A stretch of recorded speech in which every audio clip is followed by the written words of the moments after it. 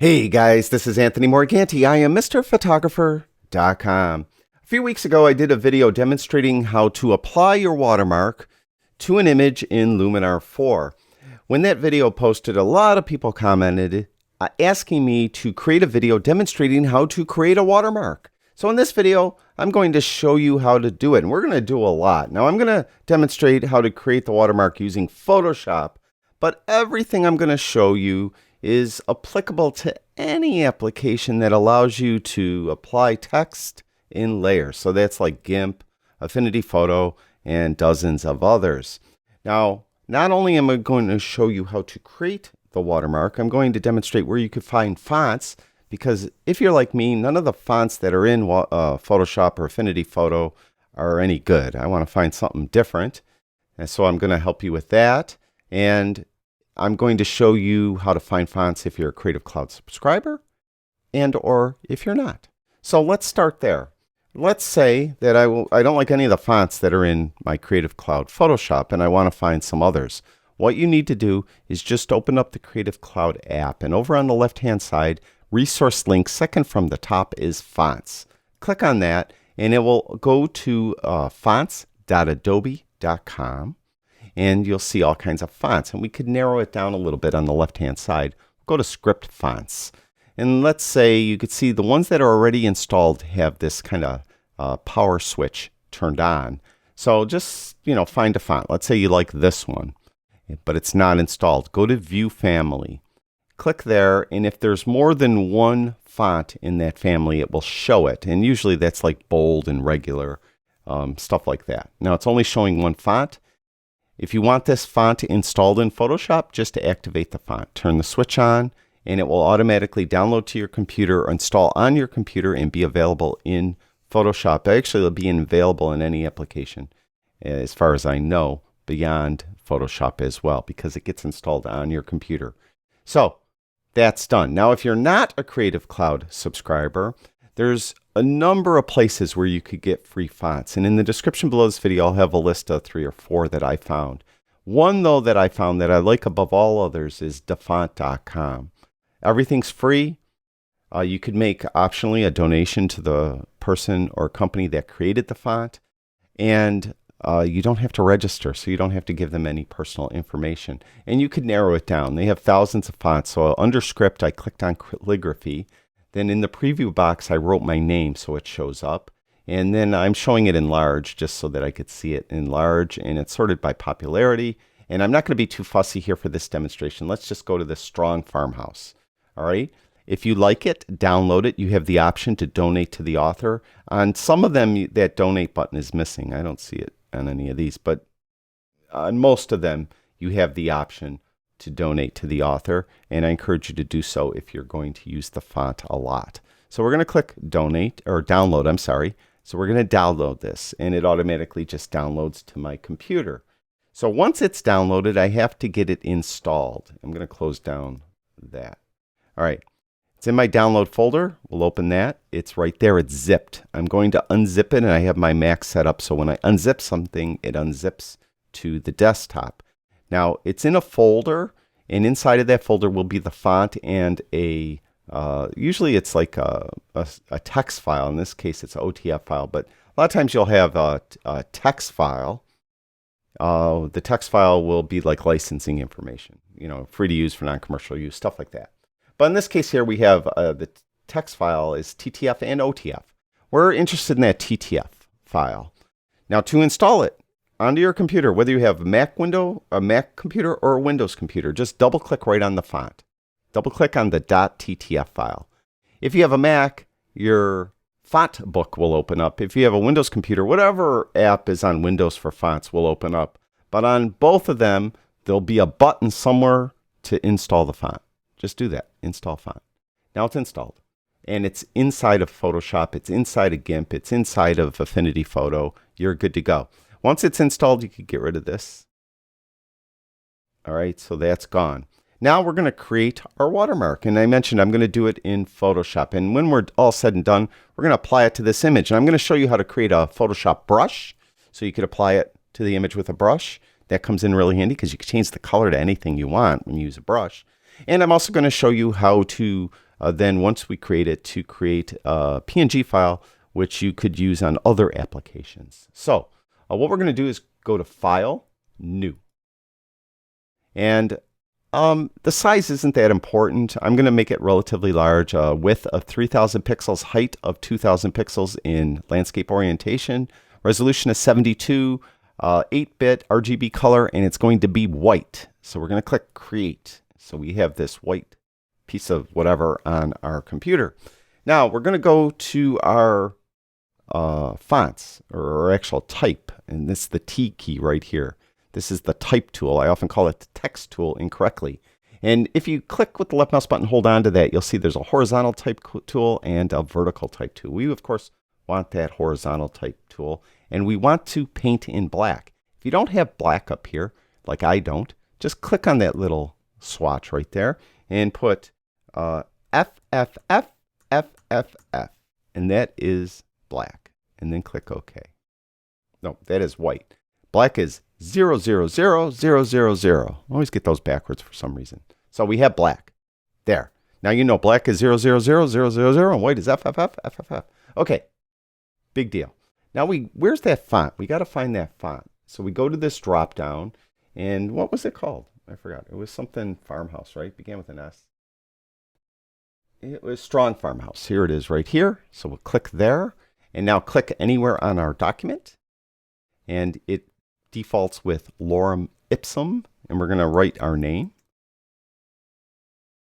So we have our name written there, and we're going to click the checkbox. Now I want to make it bigger.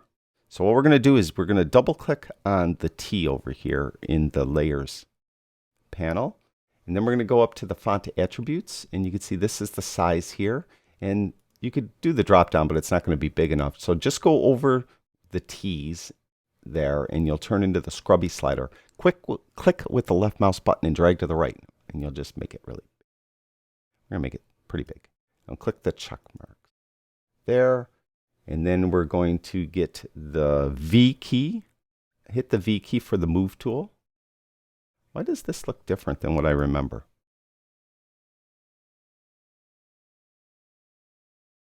Isn't that weird? If you look at the font here, see how it's all together? And then you could see how it's all spaced apart here. So what we actually downloaded isn't exactly what it was. So that's one of, I guess, the things you might run into. So by accident, I ran into it. But I'm going to show you how to fix it. So we have that on there. That's fine. Now I want to change the spacing between those letters because that spacing is way too large. So what we're going to do is we're going to go back to the type tool. Hit the T key on your keyboard. Click between any of the letters. We're going to start here between the A and N, and we have the cursor there. Hold the Alt or Option key in. Alt if you have a PC, Option if you have a Mac. Hit the left arrow key, and let's bring all that together. So like that, and that's together. So then we could keep doing that. So we could click here, and we got to bring it all together.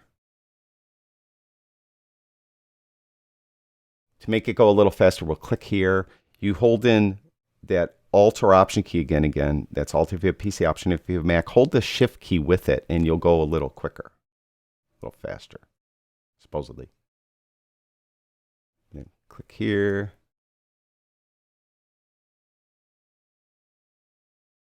And click here. I know this is exciting, isn't it? So we're going to get this down. We're going to bring all that close together. So this maybe is a happy mistake because you might run into this and then wonder how you could get these closer together. Now there is an option too. There is the character panel. If you go up to Window and down to Character, click on that, and you'll see the character panel will open up. And right here, this VA, you could just go over where it says VA, click with your left mouse button, and that's your scrubby slider, and you could scrub it closer together. You might prefer doing it that way. And actually, that number, like we'll go here, that number should be the same, minus 480, or minus, see, it's different. Often it's the same, though. I guess it depends on your on your actual font you're using, but often that number's the same, and then you could go a lot faster to scrunch all these together. But this is kind of a pain. But again, that character panel will help you maybe with your font. Obviously not doing anything good for my font. So we're just going to get this all scrunched together and like that. All right, so that of course is optional, where you could adjust the spacing between the letters of your words that you wrote down. Now the next part is optional as well. If you don't like the flow of any of the lines, you could actually change that as well. I'm going to click this checkbox over here to accept that. To do that though, we have to convert our type into a shape. To do that, go up to the type menu at the top and then down convert to shape. Now when you do that, this crazy look is going to come up here. Don't worry about it. Then go over here on the left, and there's two tools below the type tool. You'll see there's an arrow tool there. Click and hold with your left mouse button. You see by default it's going to show the path selection tool.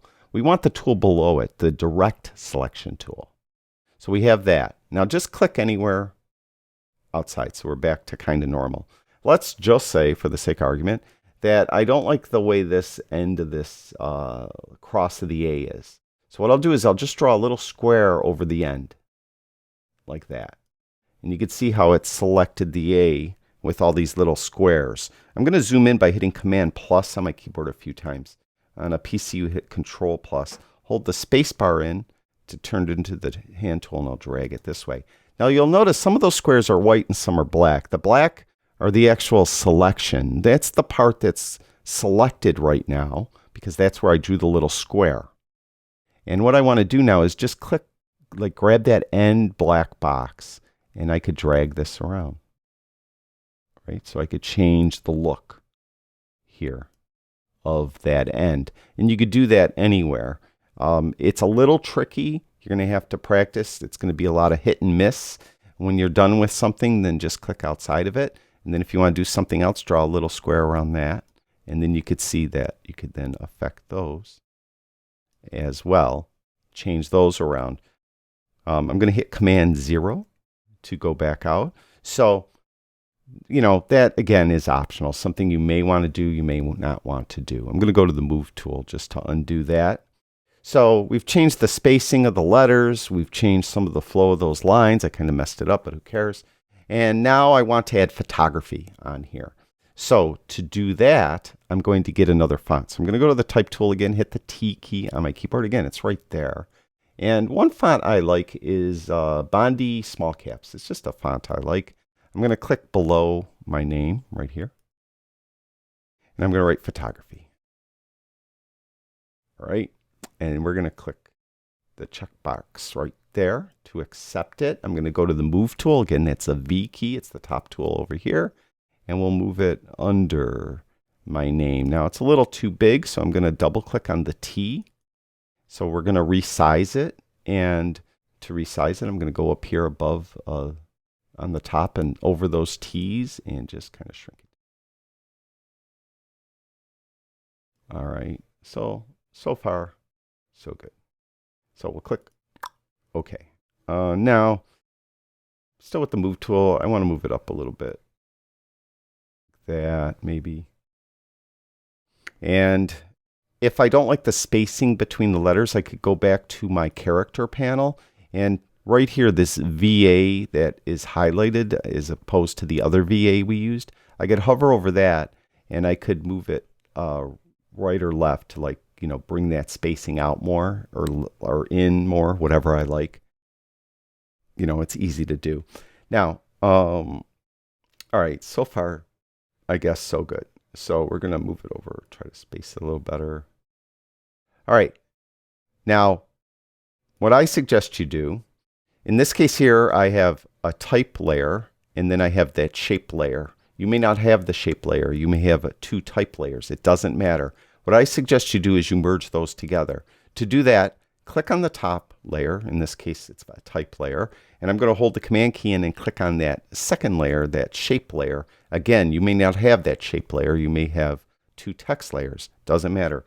Have those both active. Hit Command E on your Mac, Control E on your PC, E for Edward. So we just merged those together. Now I'm going to crop it. So I'm going to get the crop tool, and I'm going to just make sure it's clear up here, and we're going to just bring everything in like this, like this, like this. More, I guess. Down a little more. All right, click the check box when we're done. Okay, so we have Anthony Morganti Photography. There is our watermark. Now, we're going to create a brush first. The brush you would use inside of Photoshop. The advantage of using the brush is you could pick any color you want, so you could match your watermark to your image. There may be an instance, an image that would look better with a yellow watermark as opposed to a black or white watermark. So, to do the brush preset, go up to Edit, and then Define Brush Preset right here. And we're going to give it a name. I'm going to just call it my watermark. All right? And we're going to click OK. And by default, when I click OK, the brush tool will open, and this will be the brush that will be loaded in the brush tool. There it is. Okay? So now we're going to go to our image that I talked about. And you can see over here on the swatches, I have two black swatches for some reason, and that's not what we want. We want to have default, let's say. So I'm going to hit the D key on the keyboard for default. I want to paint in white, so I'm going to hit the X key to change it. And you could change the size of your brush here. It's maxed out as it is. Kind of maxed out. Now it's maxed out. All right, so max it out so it's nice and big. That's what I suggest you do. Add a new layer. We're going to put the watermark on its own layer, and we're going to put it on the image. So click once there. All right, so obviously way too big, right? So we're going to hit Command T on a Mac, Control T on a PC to go to transform mode, and then we're just going to shrink it down, and we're going to move it wherever we want. I'm going to move it right there, and we're going to click the check mark when we're done, and there's my watermark on the image, you can see, and it's annoyingly on the brush as well. So we're going to go to the brush tool and just choose a different brush just to get out of there. Not that one. That one. There we go. All right, so that's like step one. Now again, you could change this to any color you want. What you do is just go to that foreground swatch and pick a different color, and then when you use the brush, it'll paint in that color. So that is like step one for creating the watermark. Now that is always in Photoshop. It's always available to me. The other thing we could do is export these as PNG files with a transparency so that we could use them in other applications. Now most often you're just going to export two files, one with black letters and one with white letters. You of course could change the colors to the letters to anything you want, and I'll show you how to do that at the end. But right now what we need to do is turn off the background layer by clicking on the little eyeball so that it's just transparency back there. Then what we're going to do, I mean you don't have to do that, but we're going to do that. We're going to go to Export As. So we'll go to File, down to Export, Export As, right there. The Export As dialog box will pop up, and once it renders, we're going to go in here and the format will be PNG. Transparency is going to be checked, otherwise it will be white between all those letters, and we don't want that. We're going to not resize it, leave it the way it is, and we're going to export it. And I'm going to name this, I'm going to do it to the desktop, my watermark dash black. All right, that's black letters. All right, so we're going to click Save. Then we're going to click there. So they did that. Now we want to have the same thing but with white letters. So we need to invert this layer, this photography layer it's called over here. Just hit Command I. Control I on your PC. Now it's white. Now we're going to export this. And the keyboard shortcut for the Export As dialog box for a Mac is Shift Option Command W. For a PC, it's Shift Alt Control W. I use keyboard shortcuts like all the time. So again, it's PNG, transparency, same exact thing. We're just going to click Export, and this time we're going to change black to white. All right, click Save. Now it's there. Now, if you want to export it as a different color, what you can do is just hold the Command key in and click on that layer so we have a selection. Now go over here to your color swatches. Click on a color swatch and pick a color. I'm going to pick yellow. FFF000 is yellow. And click OK. Now we need to fill our selection with that color. Hold the Shift key in and hit the Delete key. And then the Fill dialog box pops up. Make sure that you're filling with that foreground color and click OK. Now we have it yellow. Hit Command D on your Mac to deselect, Control D on your PC to deselect. Now we're going to save this. Bring up the export dialog. Again, it's Shift Option Command W on your Mac, Shift Alt Control W on your PC. It's also available on File, Export, Export As. And you could save this. Same settings as before. Do that and change it to yellow. So you could do any colors you want, is what I'm trying to show here. All right, so now we have this watermark available in other applications via the PNG files and available in Lightroom via the brush. And here's our PNG files right here. So there's the black one, there's the white one, and there's the yellow one. Now it doesn't look like it has maybe a transparency between those letters, but it does. So you'd be able to take those in any application and apply your watermark, including Lightroom. So that's how you create a watermark. I use Photoshop, but again, I think you'll be able to translate everything I talked about into whatever application you're using. And you're probably using, judging by the emails I get, either GIMP or Affinity Photo, and I think you'll be able to do it. Thank you, everyone who watches my videos. I really do appreciate it. Talk to you guys soon.